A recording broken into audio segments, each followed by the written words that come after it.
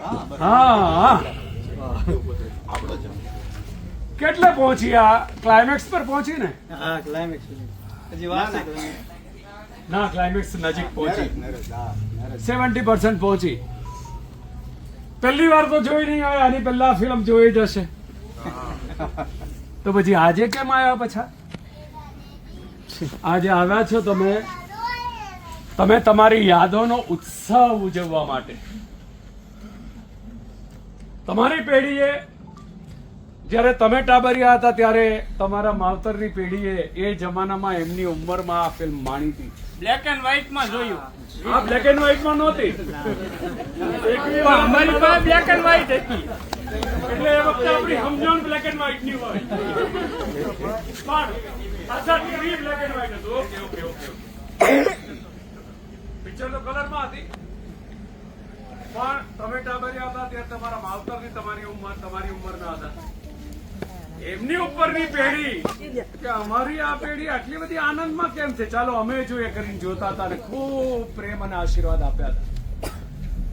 આજે તમારી આ લાડકી ફિલ્મ જ્યારે તમારા ઘરમાં તમે ક્યારેક જોતા હો ત્યારે તમારું ટાબરિયું રમતા રમતા એના ગીતોની કડીઓ અને એમના પાત્રોને રમતા થઈ જાય તો એ ફિલ્મનો એ જાદુ ભાગ્યે નહીં થયું જ નથી. તમે ગૂગલ પર ચેક કરજો કે દુનિયાની કઈ ભાષાની ફિલ્મ, એટલે આજના જમાનામાં તો બીજા અઠવાડિયે ફિલ્મ યાદ નથી રહેતી કોઈને, સુપરહિટ ફિલ્મ પણ 25 વર્ષ પહેલાની મહિયર તમે ગયા વર્ષે સેલિબ્રેશન કરીને આપી. આજે 21 વર્ષ પહેલાનું એના કરતા વધારે કારીગરી વાળું એક ઘરેણું ફરી પાછું તમે માણી રહ્યા છો. તો એની પાછળના કારણ એ છે કે આપણી મૂળિયા હોત જડાયેલી વાત છે. એ જમાનામાં જયારે ફિલ્મ બંધ, બીજા બધા ઇમારતો તૂટી જાય, પણ 5 પેઢી પછી પણ છે ને તમારા ઘરની અંદર રિવાઇન્ડ ફોરવર્ડ કરીને સિનેમા તમે જીવતી કરી શકો. મારી અને જસવંતભાઈ સાથેની ફિલ્મો એક પણ ફિલ્મ એવી નહીં હોય કે તમે તમારા માવતર કે તમારી પેઢી તમારા બચ્ચાઓની સાથે ના જોઈ શકે, અને છતાં પણ આટલી અદ્ભુત હોય. એ કેવી રીતે શક્ય બને? તમારા બધાના પ્રેમના કારણે.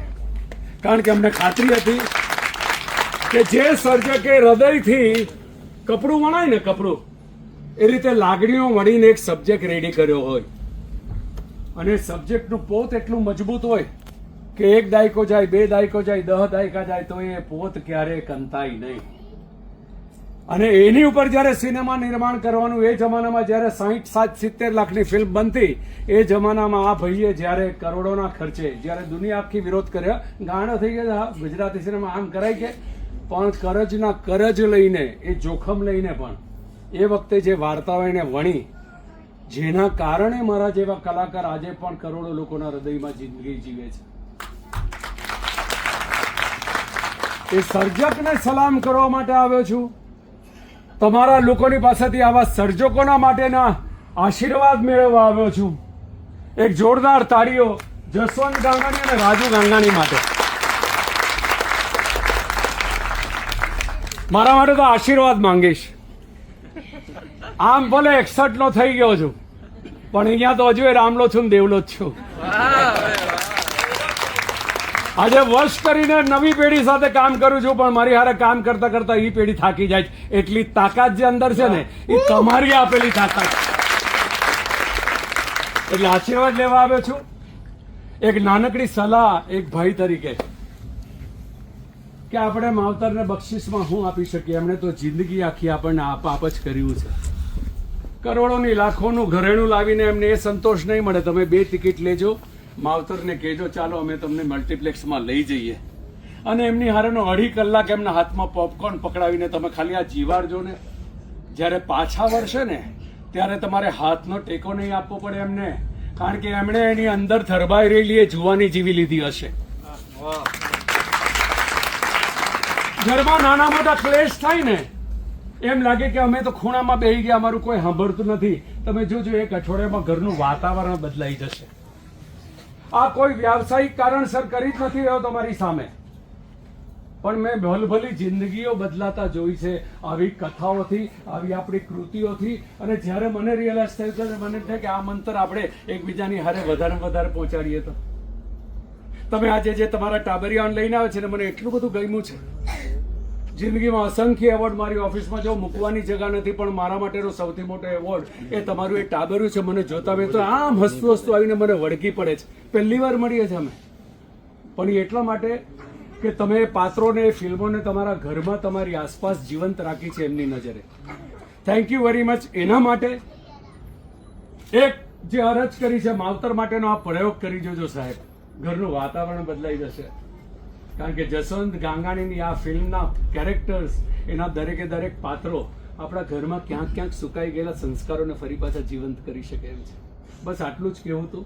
આ સર્જક મિત્રો માટે આ જ રીતે નક્કી કર્યું છે અમે લોકોએ કે માંડવડા રૂપો માણા રાજ 8 મહિના પછી અદ્ભુત રીતે પાછી આપણે લઈ આવ્યા. દર વર્ષે એક ઘરેણું, એક બાજુ વર્ષ જેવી એક પછી એક નવા જનરેશન સાથેની ફિલ્મ હશે અને વચ્ચે એક મીઠા ટવકા જેવી આવી ક્લાસિક્સ હશે, અને એ પણ નવા વાઘા પહેરાવીને ટેકનોલોજીની મદદ લઈને, જેથી તમને જોતી વખતે આંખોને આમ ગમે કે વાહ ક્યા બાત હે. રાઈટ? આના પછીનું પગલું આજે પહેલી વખત એમાં એનાઉન્સ કર્યું છે. હું તો ડરતા ડરતા મારા હૃદય સુધી આજે મારા સર્જકે કહી દીધું. આના પછીનું ડગલું છે આપણી માંડવડા રોપાવો માણા રાજ.